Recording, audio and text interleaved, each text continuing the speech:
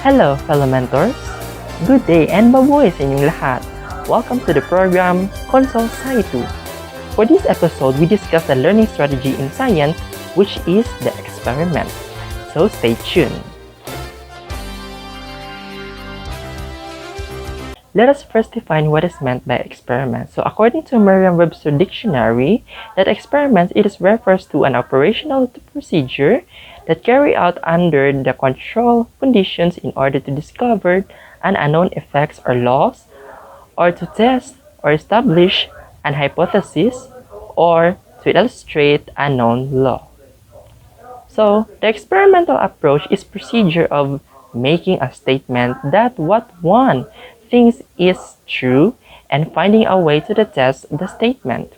So the use of experiments allows the teachers to transform the classroom into an active learning environment that fosters involvement of the students and stimulates their three domains of learning.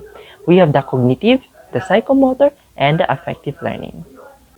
The traditional way of using chalk and board can be improved by facilitating experiments in class so they can better understand and appreciate the principles involved in various scientific processes.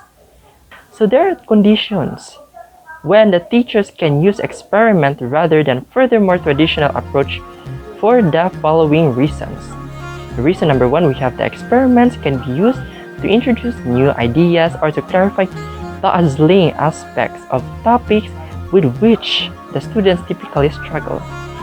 For the number two, if the result of an experiment is surprising yet convincing, the students are in the position to build ownership of the new idea and to use its scaffold learning. The last reason we have, moreover, to checking that the conceptual focus of the experiment has been understood correctly. Post-experiment assignments can push the students to describe a follow-up experiment or to extend the concept to another application.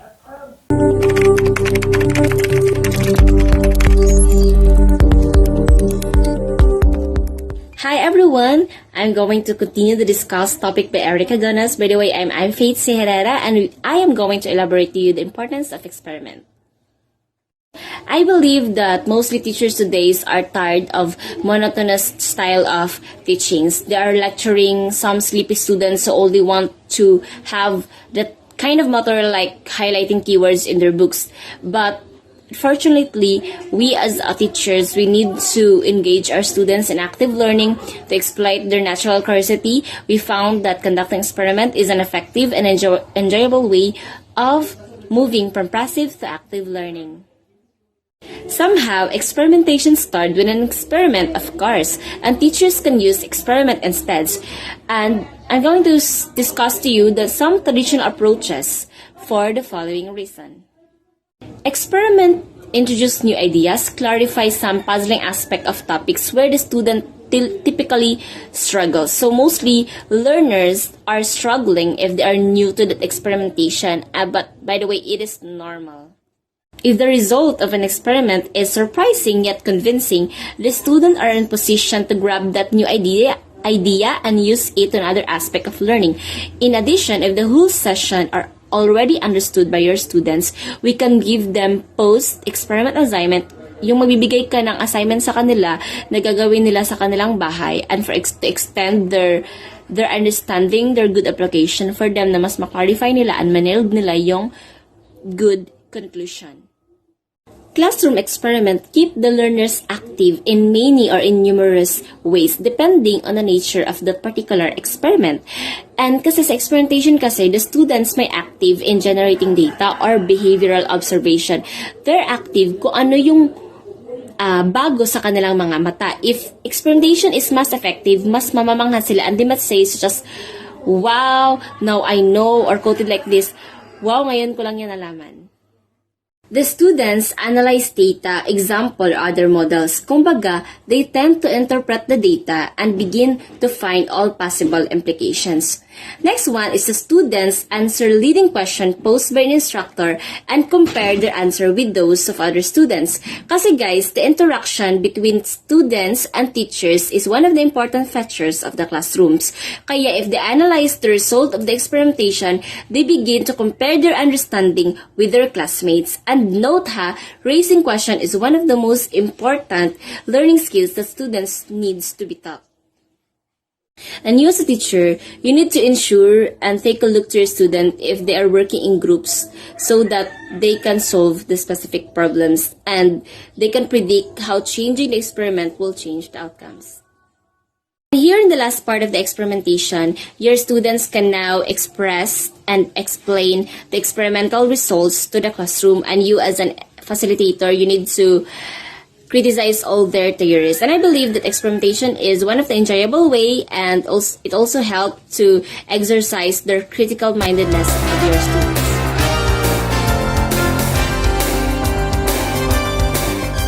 Good morning, RMMCians. By the way, I am Joseph Shane R. Frack, and I am going to discuss how to use experimentation as a teaching strategy. So, let's start. Experimentation can be used as a teaching strategy, as experimentation helps every educator to improve his pedagogy. Also, through experimentation, a sole educator can determine the strength and weaknesses of his students. With that, experimentation serves as teaching strategy to obtain betterment to his students inside the four corners of the room. And the experimental approach requires that the teacher explain the following steps and guide students during the entire experiment. The goal is to be able to understand and develop their own experiment. The following steps are adapted from CERC 2019. First, identify or select a problem. Formulate hypothesis, test hypothesis, control variables, make operational definition, perform the experiment, record and interpret data, and lastly, draw a conclusion. In conducting classroom experiment entails several significant steps. Among this, preparation and role of teacher and students before the experiment. So first is before the experiment, the teacher's preparation. The teacher must be prepared and mindful before conducting the experiment in a class. First, decide how to best incorporate experiment into class. So first, the teacher must need to choose or decide the best incorporate that to be used into a class. The second is match the experiment to the class level, course atmosphere, and the personalities and learning styles. So the teacher must be one able to cope with the class level according to their personalities and technique of learning. The third is use appropriate strategy when dealing with the classroom environment. The teacher must need to use a compatible or suitable strategy when her dealing with the classroom environment, like room, layout, numbers of students, grouping, etc. For the student preparation before the experiment, first, carefully read and study instruction that explain the experiment and the rule of students. So, as a student, the thing that very important is to follow and read the direction or instruction carefully that explain the experiment and rule of a student. The second is prepare all materials, apparatus, glasswares, chemicals, and needed for experiment. Yes, of course, student must need to check first and complete their materials needed before going to experiment. It's because you can't start experiment if your materials is incomplete. The third is think of think of all the possible outcomes of the experiment. Second is teacher's rule during preparation. First, monitor the whole class. Check if all students are participating or doing their assigned tasks. Yes, teacher must need to monitor her class. It's because there's students are not or do not participating in the class task.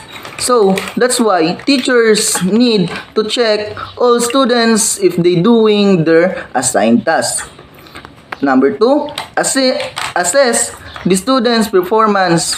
Correct those who may not be doing the instruction properly and recognize those who are following instruction carefully. Yes, it's because that is the role of the teachers in the students. Assess them and correct them all the time that they have mistakes. Number 3, check time duration of the experiments. Sometimes students are too busy that they aren't mindful of the time left for them to finish their experiments. And number 4, observe if the material and the equipment used are still properly used by the students. It's the teacher's duty or rule to observe her class if the material and the equipment are used properly by the students. Then, the students' rule during preparation. First, make sure that the students follow the instruction properly. Ask them to approach the teacher if there are concerns or questions. Then the last one is, ask students to begin, observe, and take note of all observation and result of the experiment.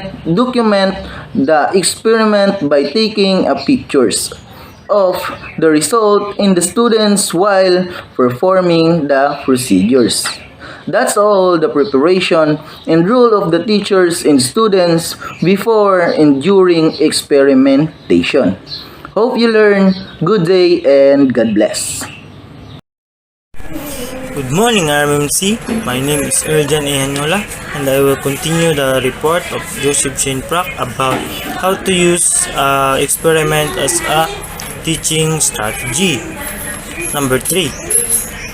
After the experiment, the teacher role is guide the students analyzing the data. Next is assess the students' achievement in learning goals by using standard tests, quizzes about the experiment itself, and open-ended questions that allow the students to reflect on what they did not get from the experiment. This is useful for clarifying facts and concepts that the students might not have understood before and during the experiment. Next is the student's role. Student's role is analyze and interpret the data collected. Next is identify scientific principles that can be learned from the experiment. Next is think of ways on how to apply the learned scientific principle practically in life. Next is number 4, strategy for unexpected outcomes. A teacher often have fears on conducting experiments, especially if things go wrong. The materials are not available, the machine isn't functioning well, the students are not following the instruction, and the class may be cancelled due to weather condition, etc. It is always necessary to have a backup plan so that the class can proceed with the experiment. Here are some suggestions. Improvise if you can. Discuss the outcome if the expected materials are used as well as the alternative materials. Next is bring your set of lecture notes with with you in class, you can always conduct a normal class if there is no remedy for the unavailability of materials or some others uncontrollable circumstances. And last is bringing result from a related or similar experiment from a published research experiment or data from a previously conducted classroom experiment with you to class. You can have a discussion about what the students expect to happen from the experiment. And that's all. Thank you. And So this is example of lesson plan that using 5 E's in experimentation teaching strategies.